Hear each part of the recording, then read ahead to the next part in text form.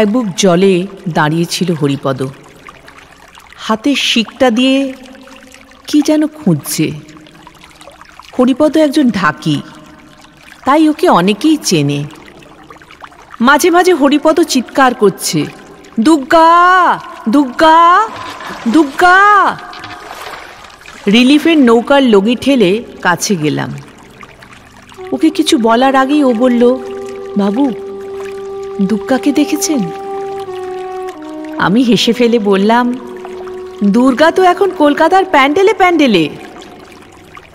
হরিপদ অবাক চোখে আমার দিকে তাকালো, তারপর বলল, দুগ্গা তো আমায় ছেড়ে একা কলকাতা যাবে না। আমি বলেছি এবার ওকে কলকাতায় নিয়ে যাব। এবার আমার অবাক হওয়ার পালা। আমি বললাম, তুমি কার কথা বলছো? হরিপদ বলল, আমার 10 বছরের মেয়ে